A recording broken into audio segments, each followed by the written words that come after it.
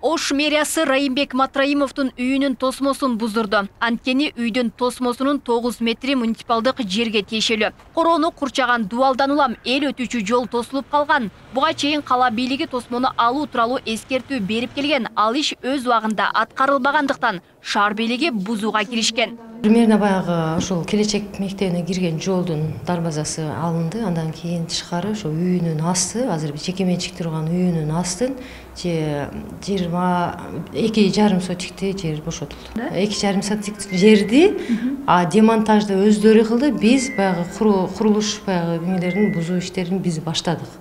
Баштап өздөрүнүн распискасынын негизинде тил каты берип, бир күндүк срок менен эртең кечен алып салабыз деп 9 күнү толук алып салынды.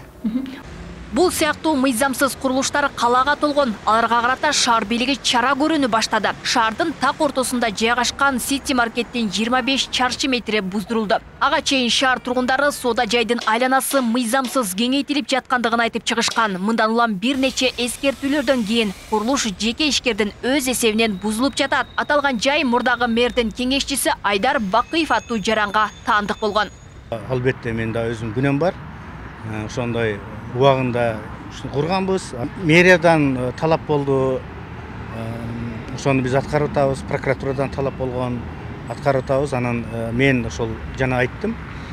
Мыйзамды урматтаган адам катары мен өзүм эсебимен өзүм киришип, керек болсо башка жак башталганда эле мен өзүм баштап бердим. Кудай кааласа 1-2 күн ичинде ордуна келтирип, жакшына кылып ишти бүтүрөбүз. Анан мындан сырткары Анар Кичи районундагы Нурзаман аталышындагы автоунаа жуучу жай дагы алынып салынды. Буга чейин шаар тургундары бул маселеде жогорку кеңешке чейин кайрылып келишкенин айтат. Мойканын курулганына бир 10 жылдай болуп кетти окшойт.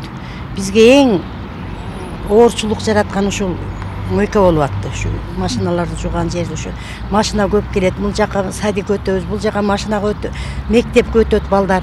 Өтө бизге немелерди зыяны көп да бизге. Аны ушу эми биздин ыйыбыз жеткенби, ушу сунос алып атат да.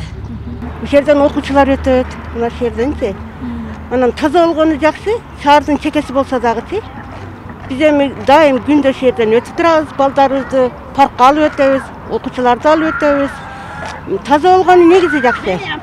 Бул ушул Анар бир дарегиндеги ушул муниципалдык жер тилкеси жашоочулардын кайрылуусунун негизинде ушул